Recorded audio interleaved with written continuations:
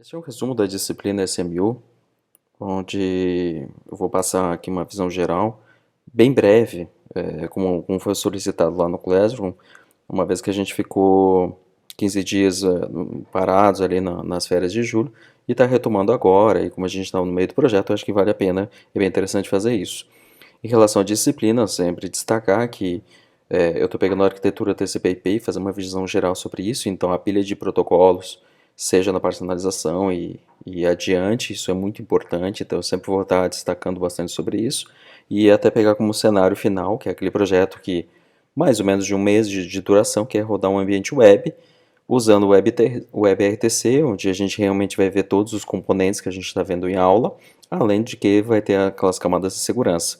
E também fazer sempre que possível relacionamento com as outras disciplinas, seja em Codex, onde é visto desde PCM e outras modalidades, e também na parte de especificação de protocolos. Ali são 6 tópicos, onde está dividida a disciplina, então tem a sinalização, onde a gente olhou o SIP como um protocolo de exemplo, até por uma vez que a gente não tem telefonia IP como um todo no curso, é interessante abordar já, aproveitar que tem o SIP para falar sobre isso. Depois na parte de descrição ou negociação de mídia, onde aparece o SDP, que é complementar ao SIP. Escolha de caminho, aqui a gente tem já uma base bem mais forte na parte de redes, por isso que é importante entender a pilha de protocolos TCP/IP, onde a gente, principalmente o STUN, o TAN e o ICE, fazendo o fechamento de todos os outros dois ali. Transporte de mídia, o RTCP e o seu RTCP, que é a parte de controle para fazer monitoramento, como é que está funcionando, se está funcionando bem. Qualidade de serviço, a gente viu muito brevemente lá no começo, onde vimos uma revisão ainda presencialmente de IPv4 e IPv6 e também alguma coisa das camadas de transporte, UDP e TCP, e uma visão muito superficial de SCTP, e fazendo fechamento com segurança, já que a gente tem um projeto WebRTC, ele vai ser obrigatório usando o TLS ou o DTLS, que é sobre datagramas, no caso do UDP. Aqui eu fiz um apanhado, na coluna da esquerda sempre é conceitual o que a gente viu sobre telefonia IP, na coluna do meio, conceitualmente, o que é possível fazer no caso do WebRTC, e na direita um exemplo do que tem acontecido. Eu coloquei todos os possíveis cenários, claro que não vai usar tudo isso aqui, tanto é que, como podemos ver ali na coluna da direita, é bem mais simples do que parece, mas a coluna da esquerda ali começando, inicialmente quando a gente vê SIP junto com o SDP, né, o complemento ali na descrição de mídia, começando de baixo para cima, a gente pode rodar sempre em IPv4 ou IPv6, TCP ou UDP. Na verdade, ele é agnóstico em relação a esses protocolos, então tanto faz, com segurança ou sem segurança. Então eu posso ter TCP com TLS e UDP com DTLS ou não. Então o SIP ele acaba funcionando muito bem em cada um desses cenários. Talvez seja mais um motivo, porque por ele ser assim tão flexível e permitir que se possa fazer o uso dele, seja em telefonia móvel, telefonia IP, em muitos outros cenários. Aqui na coluna do meio, a gente já começa a colocar em azul a camada de aplicação, onde a gente tem o HTTP 1, que roda sobre TCP, e o 2, que roda tanto sobre TCP quanto sobre UDP, e aqui eu coloquei já o STP, mas vamos do começo. IPv4 e IPv6, TCP e UDP. O UDP já é possível fazer com ele, na verdade, o HTTP, a versão 3, que seria o Quick para a versão 3, mas eu já coloquei aqui só para ilustrar a gama de possibilidades. O normal é usar TCP como TLS, como está ali na coluna da direita, mas só resgatando então. Eu posso ter o UDP, eu posso ter SCTP, o SCTP sobre o UDP, sempre de uma forma criptografada, então sempre vou estar ali em rosa o TLS ou DTLS, então o WebRTC sempre vai obrigar isso.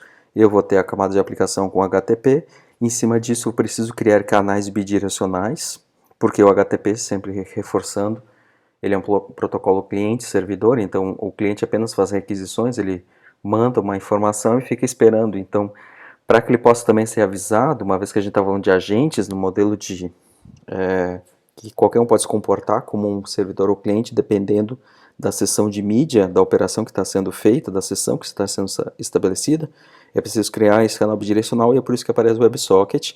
E lá em cima eu coloquei genericamente como sinalização porque o WebRTC ele não menciona qual é a sinalização que ele vai usar, então ele pode usar qualquer um, desde que seja, ali no caso, o SDP, porque é o que o navegador tem suporte.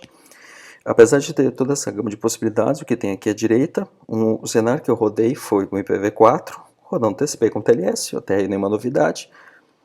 Eu estou rodando o Chrome, então HTTP2, em cima eu tenho o WebSocket e ali por cima eu tenho a sinalização com SDP.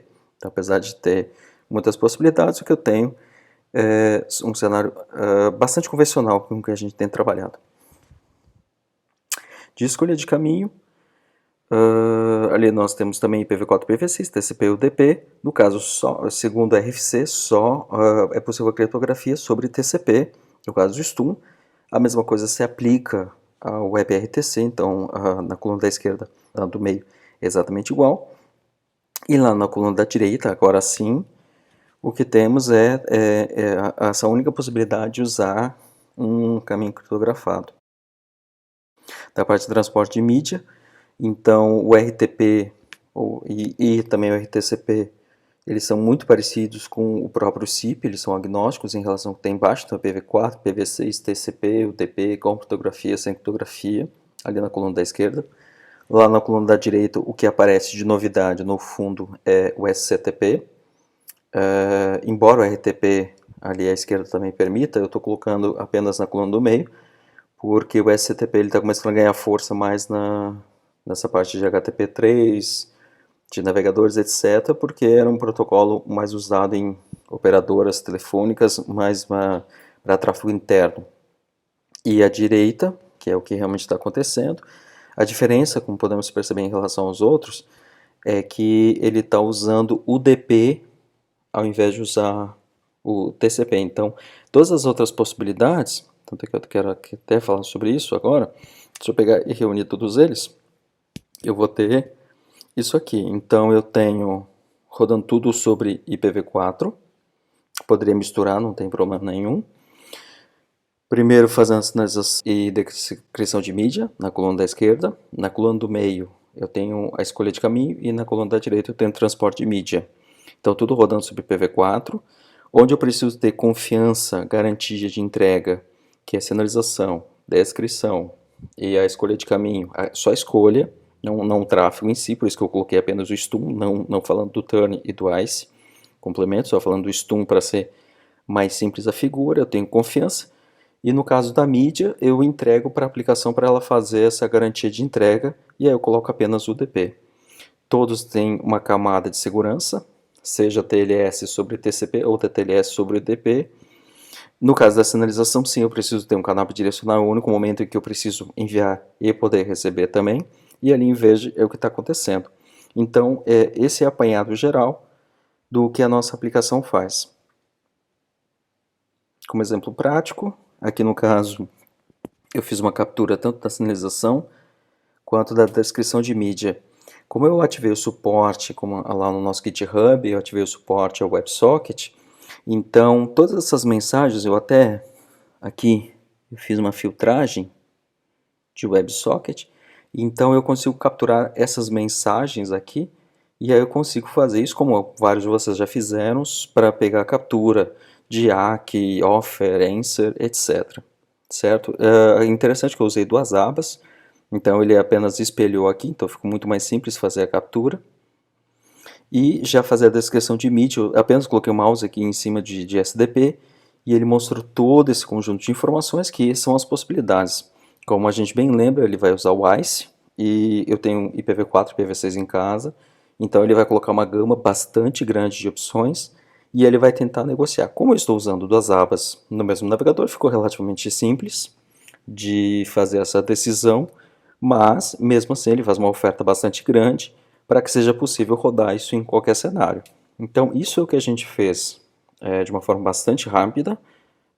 E qualquer coisa, se vocês têm alguma dúvida, é resgatar os vídeos anteriores ou entrar em contato comigo pelo Classroom, que daí a gente pode conversar melhor e fazer um atendimento paralelo mais pontual. Mas no geral é isso que a gente viu, e os próximos passos agora são rodar esse experimento e, além da sinalização, também começar a fazer a captura de todos os outros. E eu vou montar o esqueleto do relatório final para que vocês possam ir começar a escrever de uma forma mais pontual, para poder fazer entregas mais simples, para mais ou menos aí num horizonte de um mês, a gente fechar com isso sinalização, descrição de mídia, escolha de caminho, o transporte da mídia, discutir alguma coisa sobre a qualidade de serviço, se houve ou não, e também falar sobre segurança, fechando tudo, entregando o relatório, e com isso faz a entrega do projeto final e a gente encerra a disciplina. É isso.